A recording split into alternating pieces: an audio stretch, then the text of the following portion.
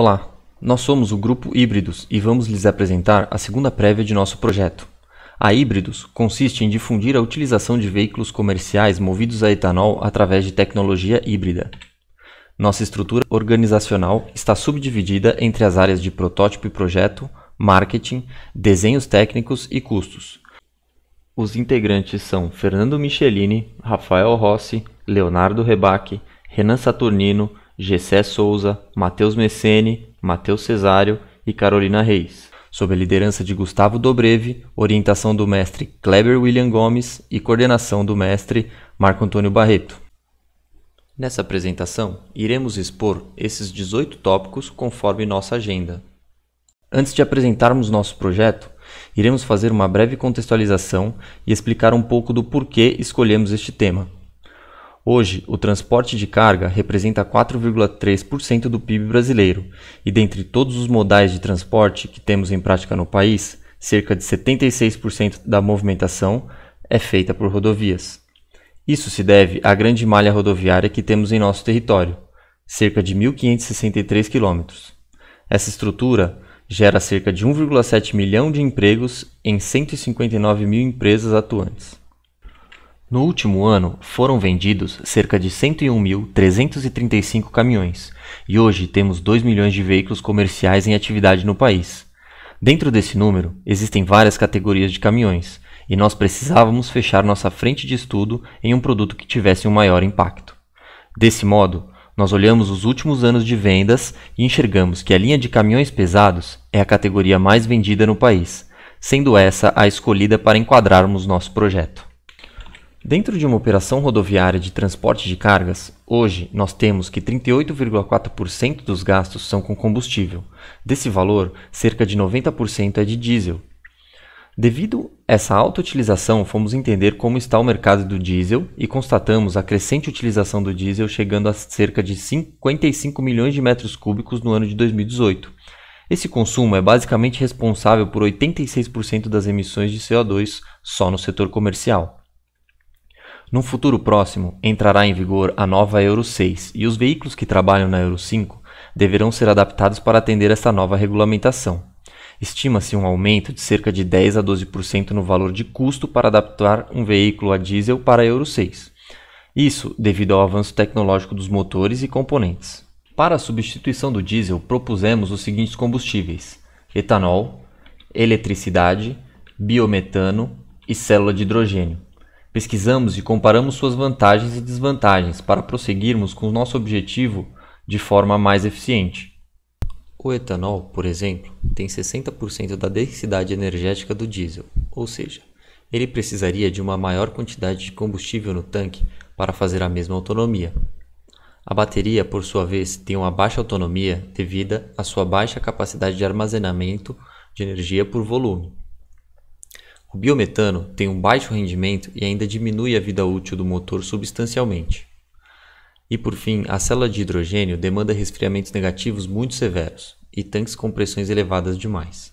Com o auxílio da ferramenta dos 5 porquês, conseguimos avaliar e chegar à conclusão que o uso de combustíveis alternativos se faz necessário, pois o diesel é a principal fonte energética utilizada e que a grande parte dos esforços em desenvolvimento foram baseados nesse combustível. Isso é consolidado porque com o etanol, assim como outras fontes renováveis, não é possível obter a mesma razão de quilômetros por litro como com o diesel. Isso nos trouxe o problema de nosso projeto. Queremos aumentar a autonomia do caminhão a etanol, que é inferior dos movidos a diesel.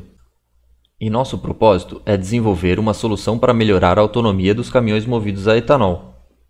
Isso porque acreditamos que a utilização de combustíveis renováveis é essencial para um futuro sustentável e podemos desenvolver uma tecnologia que proporcione uma autonomia equivalente ou superior ao diesel, produzindo assim caminhões movidos 100% a combustíveis renováveis. Avaliando rapidamente a viabilidade do negócio, entendemos que nosso problema é o déficit de autonomia comparado ao diesel. Tendo como cliente os profissionais autônomos, grandes empresas transportadoras e o governo, estes estarão dispostos a pagar pelo aumento da autonomia em quilômetros por reais. A viabilidade depende de normas, então trouxemos as principais normas que precisamos atender com o nosso projeto. Decreto de lei, a CONTRAN e a BNT, sendo desde padrões de ar até limite de peso e especificações de motor a etanol, bateria e gás. Os requisitos de nosso projeto ficaram determinados da seguinte maneira: motor bicombustível, ciclo Otto. Atender a norma Proconv P8 de emissões de poluentes. Manter nível de potência dos caminhões convencionais a diesel. Atender a norma CONTRAN número 210 de peso e dimensões. E, principalmente, manter ou aumentar a capacidade de quilômetros rodados por percurso disponível, quilômetros por reais. Como nossos stakeholders, nós temos o governo, investidores, transportadoras, caminhoneiros autônomos, OEMs, grandes fabricantes, a FEI e especialistas da área. As propostas de design que elaboramos, procuramos entender como cada potencial alternativo funcionaria no uso singular. Aqui mostramos o circuito de um veículo a etanol, descrevendo alguns componentes principais e entendemos que com esse combustível nos daria uma autonomia de 600 a 700 km. Fazendo essa metodologia para os demais combustíveis, o biometano teria uma autonomia de 500 km. O mesmo para o tetrafuel nos daria 800 km aproximadamente. Vale observar que no sistema tetrafuel a injeção de combustíveis é feita de forma alternada. Quando há injeção líquida, o gás é inutilizado e vice-versa. No nosso sistema, a injeção seria simultânea. Para o veículo híbrido, mostramos os modos de operação e sua autonomia seria de aproximadamente 838 km. No veículo a célula de hidrogênio, a autonomia seria de aproximadamente 650 km. Como os veículos a célula de hidrogênio são pouco difundidos, ainda ser uma tecnologia muito cara e instável, preferimos manter nosso estudo voltado para as tecnologias mais desenvolvidas e acessíveis. Colocando toda essa pesquisa numa matriz de decisão, podemos encontrar qual design seria o mais adequado, que obtivesse o melhor resultado frente ao propósito do nosso projeto, e resultou que o etanol, junto com o biometano, junto com o elétrico, seria a melhor opção de design. Com o design escolhido, representamos o funcionamento de cada ciclo no storyboard a seguir. No ciclo a combustão, é solicitada a potência no pedal do acelerador. Essa informação é passada à unidade de controle, que gere o funcionamento dos injetores, permitindo a entrada de combustível à câmara de combustão. Essa potência e torque gerados são transmitidos à transmissão, ao power split, ao cardan e, finalmente, à roda, propelindo o veículo. No ciclo híbrido, numa condição mais severa de solicitação de potência no pedal do acelerador, essa informação é passada à unidade de controle, que gere o funcionamento dos injetores e da máquina elétrica. Em paralelo, o conjunto transmite potência e torque à transmissão, ao power split, ao cardan e finalmente à roda, propelindo o veículo. Nesse caso, a máquina elétrica entra como um suporte ao motor a combustão. O ciclo regenerativo opera apenas em solicitações de frenagem. O acionamento do pedal de freio e a leitura do TPS, sensor de posição da borboleta do motor a combustão, geram informações que alimentam a unidade de controle, que aciona o inversor, fazendo com que a máquina elétrica recarregue a bateria do veículo. Com nosso diagrama de fronteira, podemos enxergar de um modo primitivo a maneira que nossos componentes estarão distribuídos pelo caminhão de acordo com suas interfaces de contato. Essas interfaces estão representadas como pressão por vazão, energia elétrica e mecânica, que são responsáveis pela propulsão, vibração e contato físico predominante entre os componentes e o chassi, e por último a interface de dados decorrente da comunicação da ECU. No estudo de engenharia reversa, nós separamos os três sistemas individualmente e especificamos todos os componentes utilizados em cada um dos designs. Ao listar estes componentes, identificamos as dimensões, o material, fornecedores, a massa e o processo de fabricação destes. Neste caso do sistema de etanol, teríamos um acréscimo de aproximadamente 85 kg. Para o sistema de gás, chegamos ao valor aproximado de 100 kg. E no sistema elétrico, o aumento de peso seria de aproximadamente 600 kg. Com isso, pudemos ter a ideia da dimensão dos componentes e concluir que teremos um acréscimo de aproximadamente 785 kg com todos os sistemas auxiliares.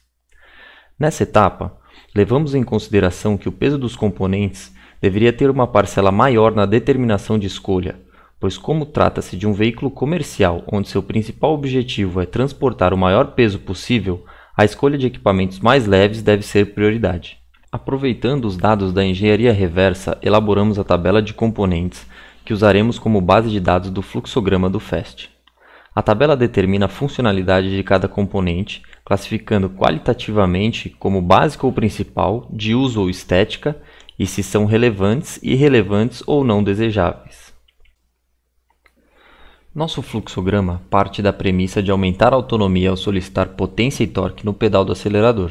Dessa maneira, propusemos aumentar a autonomia, como reduzindo o consumo, como gerenciando o veículo, como coletando informações, como fornecendo informações, como propelindo o veículo, como gerando potência, como acionando o pedal. Da mesma forma, podemos voltar nessa mesma linha fazendo o questionamento do porquê. Entre gerar potência e propelir o veículo, ao olhar na direção vertical, temos nossa base de projeto, o caminhão a etanol.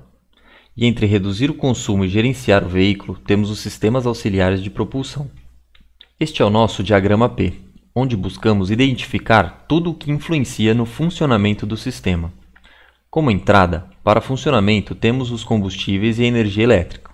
E de saída, que é o objetivo do sistema, o torque e a autonomia. Nos fatores de controle, listamos tudo o que podemos controlar, como o tempo de injeção e ignição, características de temperatura, tensão, pressão do sistema e o package. Nos ruídos do sistema, abordamos tudo o que pode afetar o sistema, subdivididos em condições de ambiente externo, mudanças no decorrer do tempo, variação entre as peças, integração entre sistema e modo de uso do cliente. Por fim, listamos os erros que podem surgir pelo mau funcionamento do sistema, como perda de potência e autonomia, desgastes prematuros dos motores, superaquecimento de componentes e falha no sistema eletrônico. O projeto Híbridos tem como target conseguir um aumento de 43% na autonomia do caminhão movido a etanol. Para chegarmos nesse valor, comparamos os dados de um caminhão diesel com torque e potência semelhante em relação ao movido a etanol. Colocando em números, nosso sistema híbrido deve fornecer uma autonomia complementar de aproximadamente 300 km. No cálculo de melhoria, traçamos a estratégia da seguinte forma. Delimitamos uma rota específica de operação e determinamos o quanto de potência e torque a máquina elétrica supostamente deveria entregar. Numa segunda etapa, faremos as simulações com a VL Cruise para a parametrização do motor a combustão, associando a injeção de gás e o motor elétrico em paralelo. Dessa forma, teremos dados suficientes para maximizar os ganhos na operação. Sendo assim, finalmente podemos validar as hipóteses de funcionamento, estratégia e target.